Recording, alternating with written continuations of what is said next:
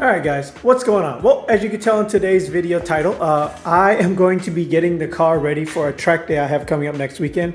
And the first thing I wanted to address obviously is the tires. I've been saying this from day one. While the tires are okay on the car as is for some daily driving, they are not great track tires. So I would like to thank Toyo for sending these out to me. If you guys have been a long time follower of the channel, you guys do know that Toyo is a sponsor of this channel. So I decided to go with their Proxys R1Rs. I haven't really had a chance to really use these out here in Houston. I know I had a chance to use them out there in Cali for the Super Street FF battle, but the car was running really weird, mainly because it wasn't tuned for the elevation change out there. So I couldn't really tell how the tires were handling because the car felt like such a pig out there not being tuned for that elevation. So I'm going to give it a shot on the GR Corolla and see how it does. But anyways, I'm about to head over to my buddy Sunny's shop where he's going to mount it. I'd like to thank Sunny again for doing this on a Sunday, helping me get ready for the track day coming up. But either way, let's go ahead and load these up and head on out. Okay, tires are loaded up. I just want to give you guys a quick shot of how it looks in the car with just the tires, no wheels. Yeah, this is definitely not a setup suited to bring an extra set of 4 wheels and tires as a set of spares. I mean, it's doable, obviously, but with actual wheels inside the tires, I don't know if I would be able to mount it just right, but just note that there is not a lot of room in this car. So yeah, anyways, let's go ahead, head on out. All right, guys, so we're here at my buddy's shop. He's over there about to take off the wheels. He is going to go ahead and do the tires while I go ahead and change the oil. I'm also going to go ahead and do the brakes. And if time lets me, I will go ahead and try to wrap the rear section of my exhaust that is by the rear clutch packs, which is supposedly one of the factors that's causing it to like throw that overheating warning. And then I'm going to go ahead and try changing out my rear diff fluid as well. But I think the best course of action, first and foremost, will probably be to do the brakes, because these are basically, you know, 4-pot Brembo style, so they should just be like 2 pins. Pop it out, pop it in, and we're good to go. All right, so the first course of action is pretty straightforward. Go ahead, pull this cotter safety pin out. Just kind of pull it out of the peg holes. Slide it out. Comes out just like that. Side. Go ahead, pull these pins out.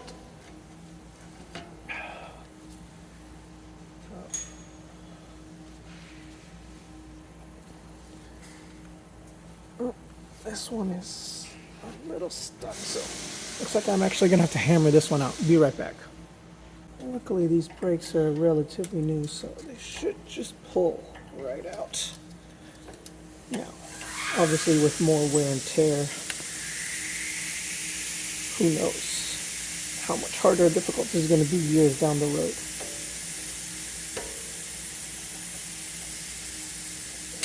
There you go. And pull this out. And then just kind of push back the calipers and pull them out. So yeah. These obviously don't look too bad. Still got a decent amount of life on them. But still, let's just go ahead and change them out for something better, right? So here I have the Counter Space Garage brake pads. They don't have these listed on the website just yet. But you can just go ahead and message them or call them directly and ask them that you need it for the GR Corolla. I believe this is the part number right here. This is more of their, not their hardcore pad, but it's definitely one more suited towards the track, so you probably don't want to be daily driving with these. So let's go ahead, remove the shims, transfer them over, and get the new pads in. There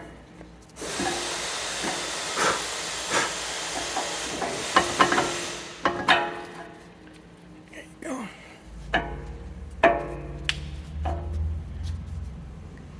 There you go. This retaining clip back in.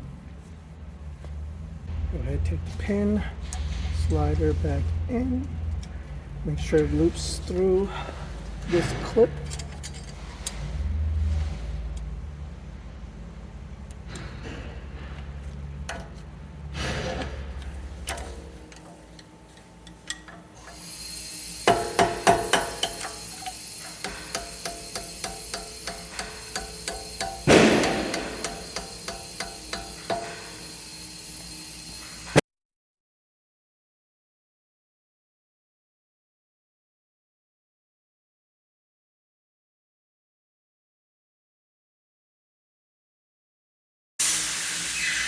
so that should be fine.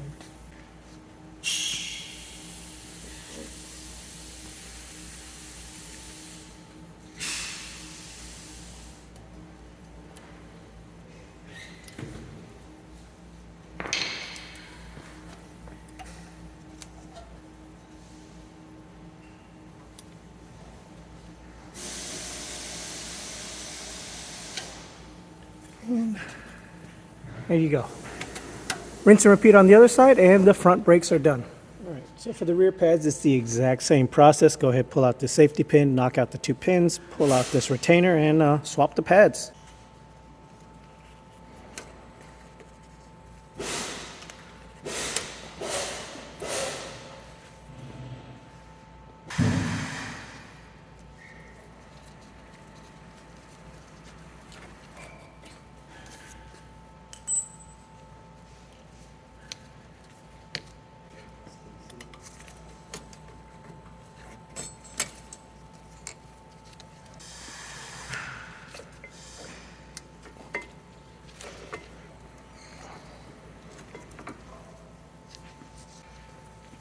So as you can tell, the back pads really don't see that much abuse. So that's honestly not too surprising, but might as well just go ahead and swap out with the matching pads. So there you go.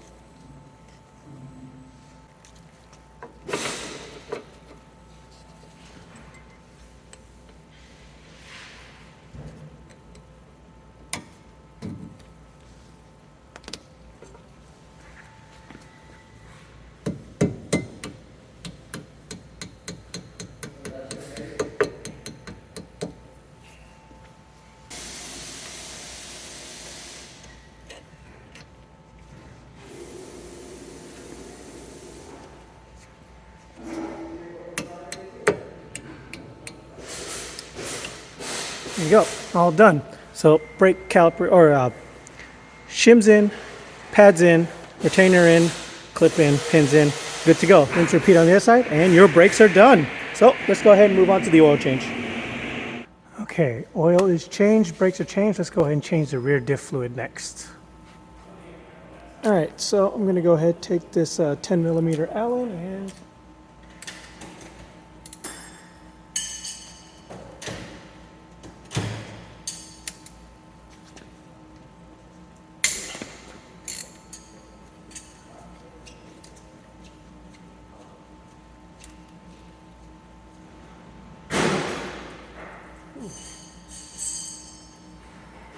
that is filthy for only 2 track days.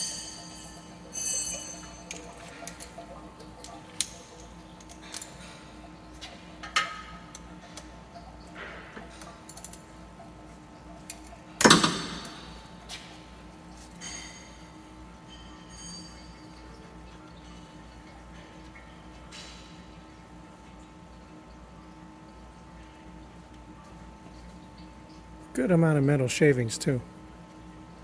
Okay, so once this is done draining, if you guys are unaware, the rear diff in this car only takes about half a quart, so I only got 1 quart of 75W90. Factory calls for 75W85, but you know, a little bit up doesn't hurt. You can always go up, but you can't ever go down. So I figured hopefully this helps with the overheating issue a little bit. So yeah, let's let this finish draining out, then I'll go ahead and top it off.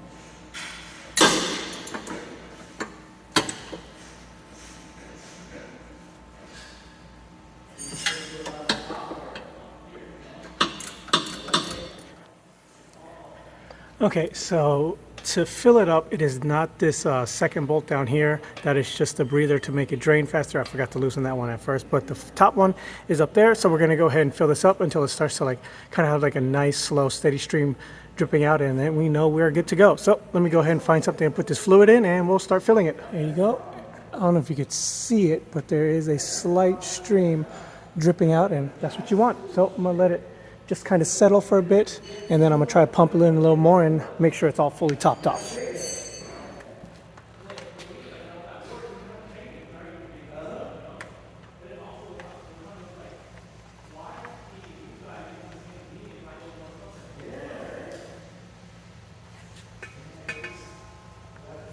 All right, good to go. So last step is to try and wrap this exhaust. So let's go ahead and see how that goes. All right, so dummy me, I forgot the metal zip ties at home, so I can't be doing the exhaust wrap today, but Sunny went ahead and finished mounting the tires. Now, if you guys are unaware, there is a right and a left side, so we have to make sure we have those on the right side, no pun intended. But these tires look amazing. They look super, super sticky. Now, the car itself, if you guys remember from all my previous other videos, has a ton of body roll. So while I may have a lot more grip, hopefully have a lot more grip, I'm scared that the amount of grip that I have now with the stock suspension is going to cause a lot more body roll. It's probably going to make it more pronounced, but we'll see how everything goes. So I'm going to go ahead and mount these on, put the oil in, and I'll see where this video leads. All right, fluids are topped off. Everything's good to go. Torque down the wheel. So if you guys were wondering, I realized I didn't set it. I didn't go with the factory core size of the 235 40/18. I went with the Marizo size of the 245 40/18. So I went like up 10 wider. So from a 235 to a 245. So hopefully that gives me some better grip. I mean, they got to give that size to the Marizo for a reason, right? So I figured let me go ahead and try that.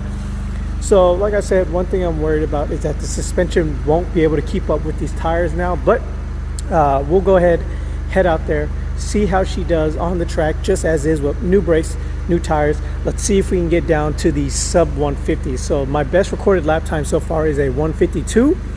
If I can get 150, I'll be happy. 2 seconds off, like an easy 150, you know, not like pushing it super hard. Like it's a lot easier to get to 150 now than it was before. So you know, obviously there's time, and then there's how easy you can get through the times. So we'll go ahead and see how she does, and yeah, but that'll be it for this video. So I want to thank Sunny again for coming here on a Sunday and lending me his shop to prep the car. So until next time, guys, later.